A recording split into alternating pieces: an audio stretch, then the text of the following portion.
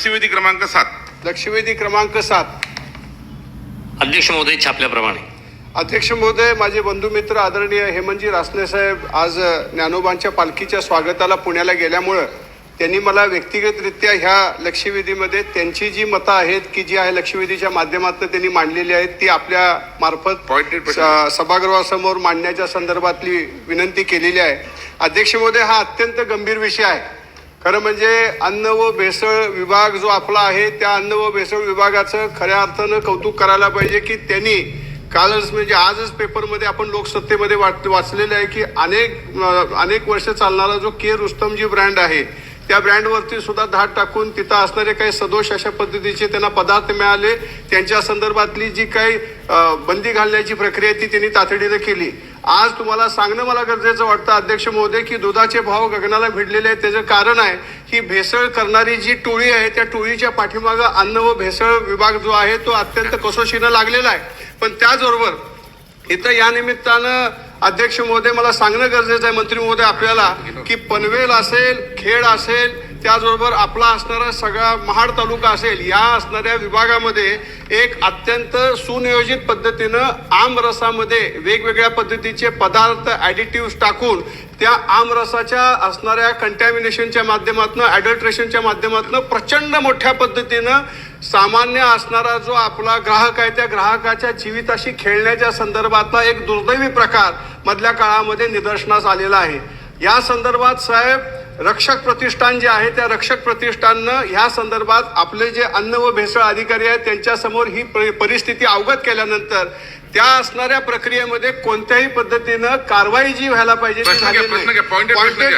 Pointed प्रश्न माझे असे आहेत की ह्या संदर्भात मावळ, खेड, पनवेल परिसरात केमिकल, कृत्रिम रंग व फ्लेवरचा वापर करून मानवी आरोग्यास घातक बनावट आंबारस विक्री होत असल्याची गंभीर बाब निदर्शनास आलेली आहे. खरे आहे का? एक, सामाजिक संस्था रक्षण प्रतिष्ठान यांनी लेखी तक्रारी, पुरावे, माहिती सादर करून सुद्धा प्रभावी कारवाई का करण्यात आली नाही?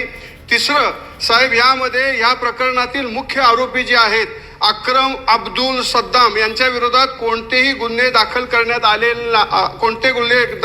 आलेले आहेत? त्यांच्या अटक करण्याबाबत काय कारवाई सरकारच्या माध्यमातून झाली? आणि सगळ्यात महत्त्वाचं म्हणजे सर की या संदर्भात जे आपले अन्न व भेसळ विभागाचे अधिकारी आहेत की जे दोषी अधिकारी आहेत की ज्यांनी गलथानपणा केलेला आहे, ज्यांनी चालढकल केलेली आहे, त्या अधिकाऱ्यांची विभागीय चौकशी, फौजदारी कारवाईच्या संदर्भात सरकार काय निर्णय घेणार? आणि सगळ्यात महत्वाचं म्हणजे अध्यक्ष महोदय 2 मिनिटं, एक महत्वाचा विषय आहे अध्यक्ष महोदय, महत्वाचा विषय. बाकीच्या लक्षवेधी पेंडिंग ठेवायचे का? अध्यक्ष महोदय 15 कोटी रुपयाचा मुद्देमाल पकडलेला आहे. मी अन्न व भेसळ विभागाच्या असणाऱ्या प्रमुखांचं इथं या निमित्तानं कौतुक करतो की त्यांनी जी धडाकेबाज कारवाई केलेली आहे. आपण इथं भेसळीच्या असणाऱ्या दुधाच्या असणाऱ्या सगळ्या ह्या वेगवेगळ्या असणाऱ्या कार्टेलच्या वरती असेल. आज माझी विनंती आहे अध्यक्ष महोदय, या संदर्भात माझे 2 आणखीन पॉइंटेड प्रश्न आहेत. GI मानांकन आज आपलं हापूस आंब्याचं धोक्यात आलेलं आहे. ह्याच्यामुळं GI मानांकनाच्या संदर्भातली असणारी जी उंची आहे ती आपण अबाधित राखणार का? आणि माझी एक विनंती आपल्याकडे एक मिनिट अध्यक्ष महोदय, ह्यामध्ये आमरसासाठी QR ट्रेसेबिलिटीची व्यवस्था आपण लागू करणार का? सन्माननीय अध्यक्ष महोदय, सन्माननीय देशमुख साहेबांनी सांगितल्याप्रमाणे बरोबर आहे.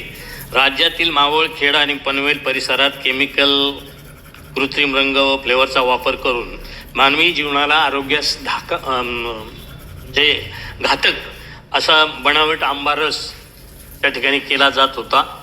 त्याची माहिती मिळाल्यानंतर मोहम्मद एकरामुल्ला उर्फ अक्रम ज्यूस कारखाना उर्से तालुका मावळ इथं 7/4/26 त्या ठिकाणी विभागानं जी रेड केली त्याच प्राप्त गोपनीय माहितीनुसार तपासणी दरम्यान मँगो पल्प निर्मितीसाठी साखर, गाईचे दूध तसेच टार्टाझिन सनसेट येलो युक्त केसरी कलर लिक्विडचा सोल्युशन याची भेसळ त्या ठिकाणी आढळून आली.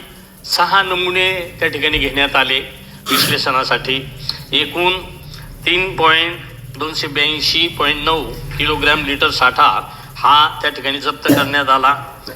त्या ठिकाणी सन्माननीय सदस्यांनी सांगितलंय की अधिकाऱ्यांची टाळाटाळ चालू आहे. टाळाटाळ वगैरे कुठल्याही प्रकारची त्या ठिकाणी होत नाहीये. जर तसं त्यांना दिलेला जो काही मुदत जी पिरियड असतो का विश्लेषणाला गेल्यानंतर त्याचा अहवाल यायला साधारण 1 महिन्याचा कालावधी लागतो. त्यानंतर आता 23 तारखेपर्यंत त्यांच्यावरची जे काही अहवाल येईल त्या अहवालानुसार त्या ठिकाणी त्यांच्यावर कार्यवाही केली जाईल.